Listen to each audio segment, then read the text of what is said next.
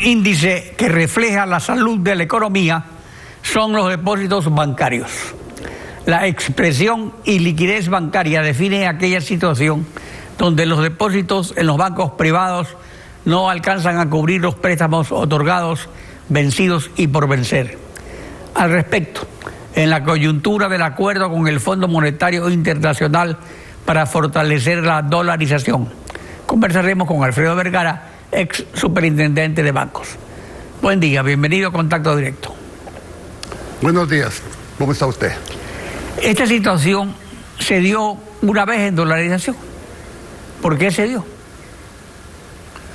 El hecho de que los depósitos sean menores a los préstamos, está diciendo, esa es la situación. Exactamente, eso es lo que usted plantea.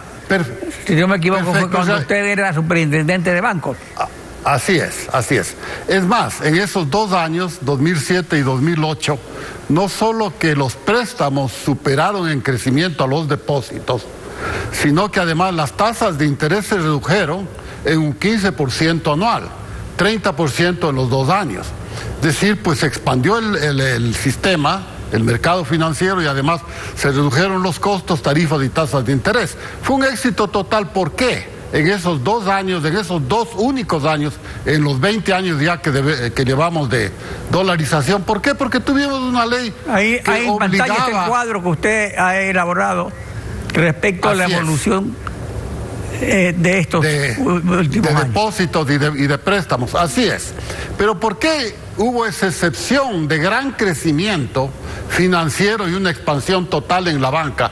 Utilizando únicamente las fuerzas del mercado, también eso hay que aclarar. No fue una imposición de ningún gobierno, sino la ley de competitividad obligaba a los bancos internos, a los bancos nacionales, a competir entre ellos y además también a competir con la banca internacional. En ese tiempo pues hubieron la participación de 4 bancos internacionales. Fue un éxito total. Lastimosamente pues el presidente Correa utilizó la Asamblea de Montecristi para hacer lo que no pudo hacer antes cuando teníamos el Congreso Nacional, es decir, pues de declarar inconstitucional. Ahora, pero si fue un éxito, ¿es positivo o negativo la situación que se está dando ahora, de nuevo? ¿Y por qué se da? ¿Y cómo se puede solucionar? Porque ahora no se da por el mismo motivo que se dio hace 10 años. Perfecto. No, sí, hace 10 años la expansión de crédito y el exceso de demanda de préstamos fue factible porque había banca nacional operando aquí, compitiendo con banca internacional compitiendo con la banca nacional, que pudo financiar ese exceso de demanda. Hoy la situación es totalmente diferente. Mire, a lo largo de estos 2 últimos años, es decir, desde el 1 de enero del 2009, cuando se declaró ya inconstitucional y se dejó de funcionar la ley de competitividad, las tasas de interés no han variado ni siquiera un 1% anual, por un lado, y por otro lado, poco a poco, la liquidez bancaria de los bancos privados han comenzado a ser dependientes del endeudamiento externo del gobierno. Han comenzado a depender. Entonces la diferencia entre el exceso de demanda de préstamos de hace 10 años y hoy día el exceso de demanda de préstamos de los últimos 4 meses, ahí en el gráfico que está ahí, se ve claramente pues de la parte de la derecha, esos pequeños 2 raíces o líneas verticales significan los últimos 4 meses del año 2018. Y ahí vemos que prácticamente los préstamos superan ya, la demanda de préstamos superan ya a los depósitos bancarios. La línea roja pues comienza a superar la línea azul. Pero en una situación como la actual, en que hay un plan económico con el Fondo Monetario dirigido en último término a mejorar la competitividad del sistema económico, dirigido a más producción, dirigido a superar la crisis, ¿qué es lo que cabría hacer en estos actuales momentos? Usted acaba de decir una cosa, tenemos un plan con el Fondo Monetario dirigido a elevar la competitividad. Me disculpa, pero yo no veo ninguna dirección en ese aspecto. Los 4 grandes capítulos que enfoca el Fondo Monetario, o que se dice que enfoca, porque en realidad todavía no tenemos una versión oficial, ninguno se dirige a fortalecer o a elevar la competitividad del sector financiero privado en un país dolarizado. Ninguno. Ese es precisamente el problema que nosotros tenemos. Y es lógico que el Fondo Monetario y también el resto de organismos multilaterales no se preocupen de eso por una razón.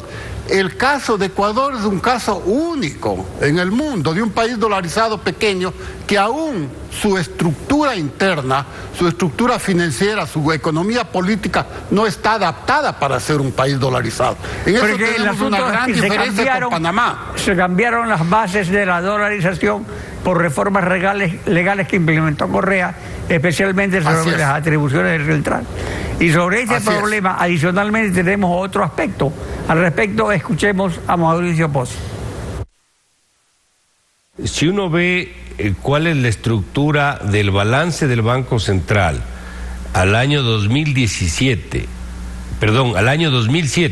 versus de la última fecha, uno va a ver que el desfase entre el total de activos líquidos, que son las reservas internacionales, y el total de pasivos exigibles, que son los depósitos de todo el sector público en el Banco Central, ese desfase era de aproximadamente 400 millones de dólares. Me estoy hablando del año 2007. Ese mismo desfase a esta fecha es más o menos de 7.000 millones de dólares. Obviamente esto significa que no cubre ni de lejos las reservas, los depósitos del sector público, pero ya ha llegado a tal nivel de criticidad que tampoco cubre los depósitos de los bancos, es decir, los depósitos de encaje. En síntesis, el Banco Central no solo que no es prestamista de última instancia de la banca en un sistema dolarizado, por supuesto, sino que dispone arbitrariamente de sus reservas. Se debe volver a los fundamentos de la dolarización que el expresidente Correa suprimió. Totalmente, se debe volver a los fundamentos de la dolarización. Sin embargo, yo quiero en eso discrepar con el economista Pozo. En los fundamentos de la dolarización, en la dolarización misma, las reservas monetarias del Banco Central no tienen razón de existir.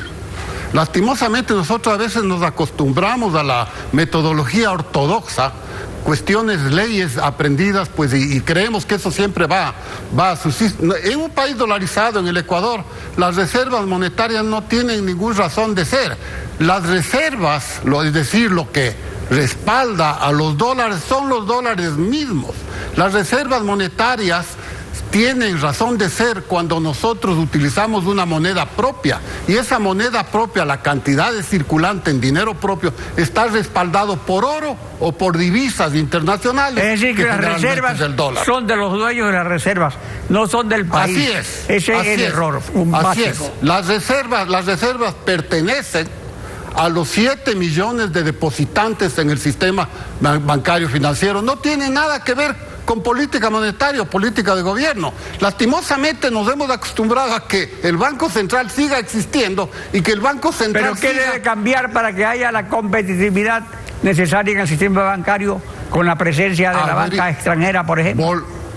Volver a lo que teníamos, a la piedra fundamental, a la piedra angular de la ley de competitividad, es decir, la competencia entre la banca nacional, entre los propios bancos nacionales, con además los bancos extranjeros, darles la facilidad que vengan, quitar el impuesto a la salida de divisas, porque eso fue lo que expulsó a los pocos bancos, 4 bancos que teníamos extranjeros con oficinas aquí y funcionaban en competencia con los bancos. Eso es lo que hay que hacer. Respecto a las reservas monetarias, es una cuestión técnica.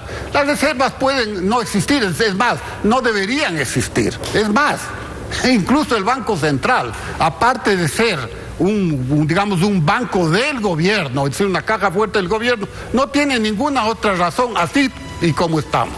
Así que... Alfredo Vergara, estos son algunos de los conceptos respecto a la situación de la banca. Gracias por participar en Contacto Directo.